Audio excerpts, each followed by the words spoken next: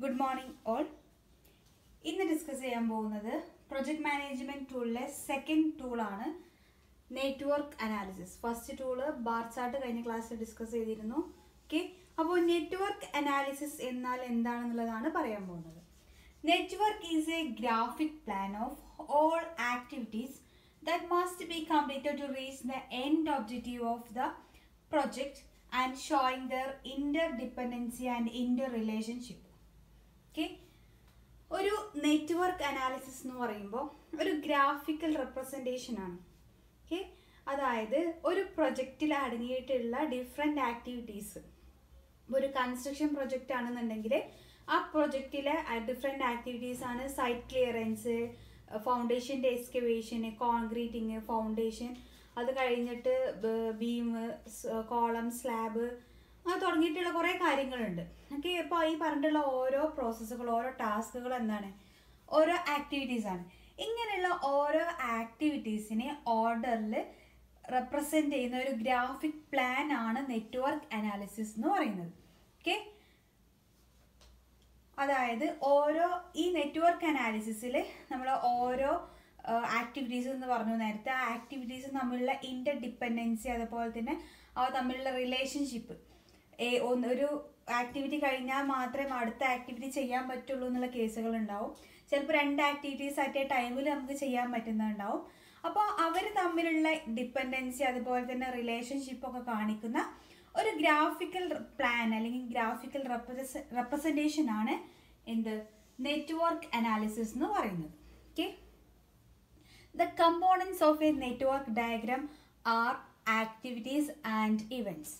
ഒരു നെറ്റ്വർക്ക് ഡയഗ്രത്തിലെ components, main components എന്ന് പറയുന്നത് ആക്ടിവിറ്റീസും ഇവൻറ്റ്സും ആണ്. ഓക്കെ, ആക്ടിവിറ്റീസ് എന്താണെന്നുള്ളത് നോക്കാം. First of all, activity it is a task performed over a period of time.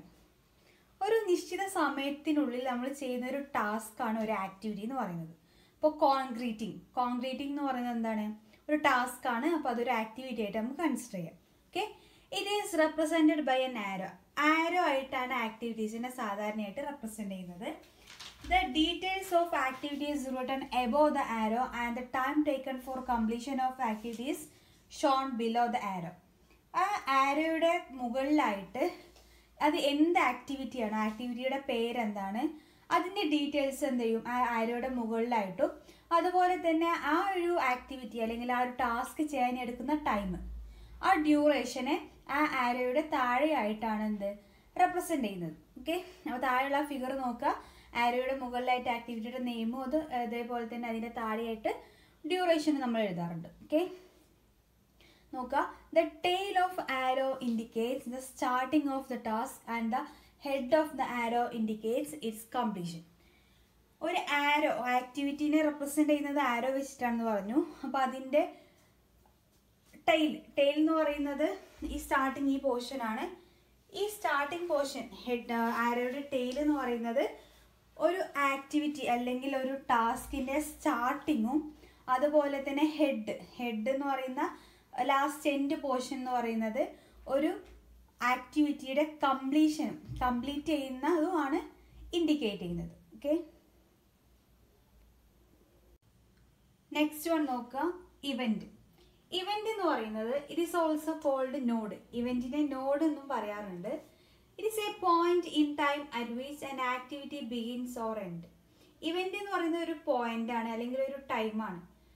ഒരു ആക്ടിവിറ്റി സ്റ്റാർട്ട് ചെയ്യുന്ന ടൈം അല്ലെങ്കിൽ ഒരു ആക്ടിവിറ്റി എൻഡ് ചെയ്യുന്ന ടൈമാണ് ഇവന്റ് ആയിട്ട് പറയുന്നത്. It consumes neither time nor resources. ഇവന്റിന് പ്രത്യേകിച്ച് സമയമോ അല്ലെങ്കിൽ റിസോഴ്സസിനൊന്നും ആവശ്യമില്ല. ആക്ടിവിറ്റീസിന് മാത്രമാണ് ടൈമിനും റിസോഴ്സസിൻ്റെ ഒക്കെ ആവശ്യം. ഒരു ആക്ടിവിറ്റി സ്റ്റാർട്ട് ചെയ്യുന്ന ഒരു പോയിന്റ് അല്ലെങ്കിൽ ഒരു ആക്ടിവിറ്റി എൻഡ് ചെയ്യുന്ന ഒരു പോയിന്റ് ആണ് ഒരു ഇവന്റ് എന്ന് പറയുന്നത്. Okay, it is the state between the completion of A preceding activity and the beginning of A succeeding activity. ഒരു ആക്ടിവിറ്റി കംപ്ലീറ്റ് ചെയ്ത്, പ്രിസീഡിംഗ് ആക്ടിവിറ്റി എന്ന് പറഞ്ഞാൽ ഒരു തൊട്ട് മുമ്പ് ഉള്ള ഒരു ആക്ടിവിറ്റി കംപ്ലീറ്റ് ചെയ്തിട്ട്, സക്സീഡിംഗ് എന്ന് പറഞ്ഞാൽ ഇനി തൊട്ടടുത്ത് വരാൻ പോകുന്നതാണ്. ആ തൊട്ടടുത്ത് വരാൻ പോകുന്ന ആക്ടിവിറ്റി സ്റ്റാർട്ട് ചെയ്യുന്നതിൻ്റെ ഇടയിൽ വരുന്ന ഒരു പോയിന്റ് എന്ന് പറയാം. ഓക്കെ, ഒരു ആക്ടിവിറ്റി നമ്മൾ കംപ്ലീറ്റ് ചെയ്തിട്ട് അടുത്ത ആക്ടിവിറ്റി സ്റ്റാർട്ട് ചെയ്യുന്നതിൻ്റെ ഇടയിൽ വരുന്ന ഒരു പോയിൻ്റാണ് എന്ത് ഇവൻ്റ് ആയിട്ട് ഡിഫൈൻ ചെയ്യുന്നത്. Okay, it is represented by a circle. ഇവൻറ്റ്സിനെ സാധാരണയായിട്ട് ഒരു സർക്കിൾ വെച്ചിട്ടാണ് റെപ്രസെൻറ്റ് ചെയ്യുന്നത്. അപ്പോൾ നോക്കുക, ഒരു ആക്ടിവിറ്റി ആരോ ആയിട്ട് റെപ്രസെൻറ്റ് ചെയ്യുന്നത് ആക്ടിവിറ്റീസിനെയാണ്.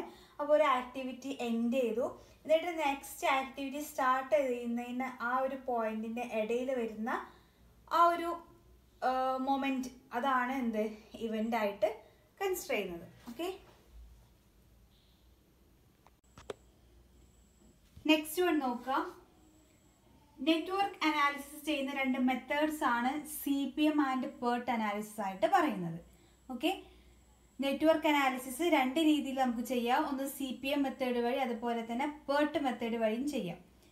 CPM മെത്തേഡ് എന്താണെന്ന് നോക്കാം. ഫസ്റ്റ് വൺ, CPM എന്ന് പറഞ്ഞാൽ ക്രിട്ടിക്കൽ പാത്ത് മെത്തേഡാണ്. ഒരു നെറ്റ്വർക്ക് ഡയഗ്രാം വരച്ചിട്ട് അതിലെ ക്രിട്ടിക്കൽ പാത്ത് ഒക്കെ കണ്ടുപിടിച്ചിട്ട് ചെയ്യുന്ന ഒരു മെത്തേഡാണ് ക്രിട്ടിക്കൽ പാത്ത് മെത്തേഡ് എന്ന് പറയുന്നത്. ഓക്കെ, അതുപോലെ തന്നെ PERT എന്ന് പറയുമ്പോൾ പ്രോഗ്രാം ഇവാലുവേഷൻ ആൻഡ് റിവ്യൂ ടെക്നിക്കാണ്. അപ്പോൾ ഫസ്റ്റ് വൺ CPM എന്താണെന്നുള്ളത് നോക്കാം. The method of planning and scheduling based on network analysis ആണ്. The total project time is determined by a sequence of activities is known as critical path method. Critical path method വഴി നമുക്ക് എന്ത് ചെയ്യാം, network diagrams വരച്ചിട്ട് ആ ഒരു പ്രൊജക്റ്റിൻ്റെ critical path കണ്ടുപിടിക്കുക. ആ ക്രിട്ടിക്കൽ പാത്ത് കണ്ടുപിടിച്ച് കഴിഞ്ഞാൽ നമുക്ക് ആ ഒരു പ്രൊജക്റ്റ് കംപ്ലീറ്റ് ചെയ്യാൻ എത്ര ടൈമാണ് ആവശ്യം വരുന്നത് എന്നുള്ളത് കണ്ടുപിടിക്കാം. ഓക്കെ, അപ്പോൾ ഒരു പ്രൊജക്റ്റിന് ഏകദേശം കംപ്ലീറ്റ് ചെയ്യാൻ എത്രത്തോളം ടൈം ആവശ്യം വരും എന്നുള്ളത് CPM അല്ലെങ്കിൽ ക്രിട്ടിക്കൽ പാത്ത് മെത്തേഡ് വഴിയാണ് നമ്മൾ കണ്ടുപിടിക്കുന്നത്. Okay, it is an activity oriented diagram in which each activity is represented by arrows.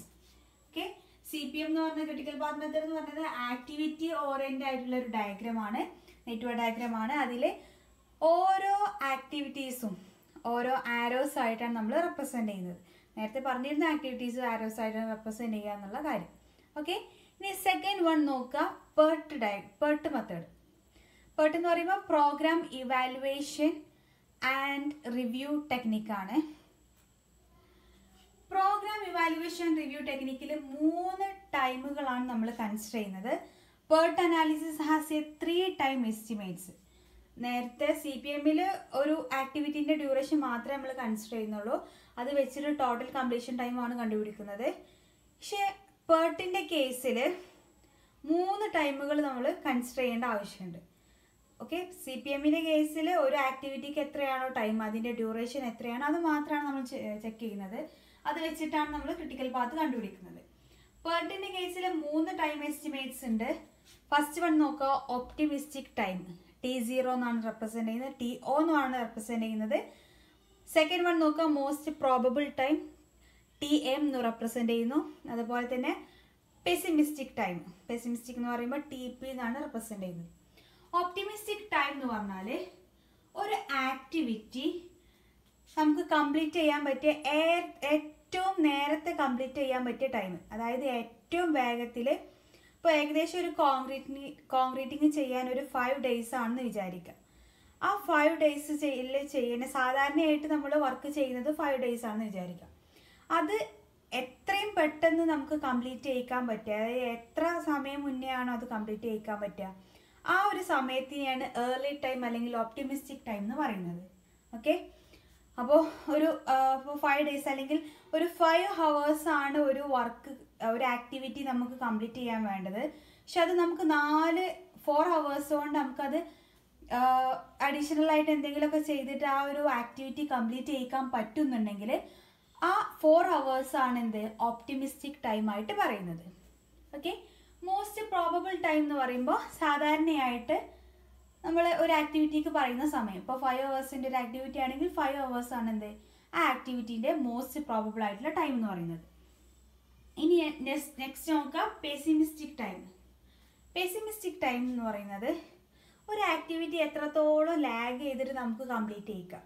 അതായത് ഇപ്പോൾ ഒരു 5 hours കൊണ്ട് കംപ്ലീറ്റ് ചെയ്യേണ്ട വർക്കാണ്, ചിലപ്പോൾ അതിന് 6 hours അല്ലെങ്കിൽ 7 hours ഒക്കെ എടുത്തു എന്ന് വിചാരിക്കുക. അപ്പോൾ അത്രയും ലാഗ് ചെയ്തിട്ട് മെല്ലെ സ്ലോ ആയിട്ടാണ് നമ്മൾ ആ വർക്ക് കംപ്ലീറ്റ് ചെയ്യുന്നുണ്ടെങ്കിൽ ലേറ്റ് ആയിട്ട് കംപ്ലീറ്റ് ചെയ്ത ടൈം, അതായത് ഇപ്പോൾ 6 hours അല്ലെങ്കിൽ 7 hours ആണെന്നുണ്ടെങ്കിൽ ആ ഒരു ടൈമാണ് പെസിമിസ്റ്റിക് ടൈമായിട്ട് പറയുന്നത്. ഓക്കെ, അപ്പോൾ ഈ 3 ടൈമുകളും കൺസിഡർ ചെയ്തിട്ടാണ് നമ്മൾ PERT അനാലിസിസ് ചെയ്യുന്നത്. PERT അനാലിസിസ് വഴി നമുക്ക് ഒരു പ്രൊജക്റ്റിൻ്റെ അല്ലെങ്കിൽ ഒരു ആക്ടിവിറ്റിയുടെ എക്സ്പെക്റ്റഡ് ടൈം അല്ലെങ്കിൽ എക്സ്പെക്റ്റഡ് കംപ്ലീഷൻ ടൈം നമുക്ക് കാണാൻ പറ്റും. PERT അനാലിസിസ് ശരിക്കും ഒരു പ്രോബബിലിറ്റി ടെസ്റ്റ് ആണ്.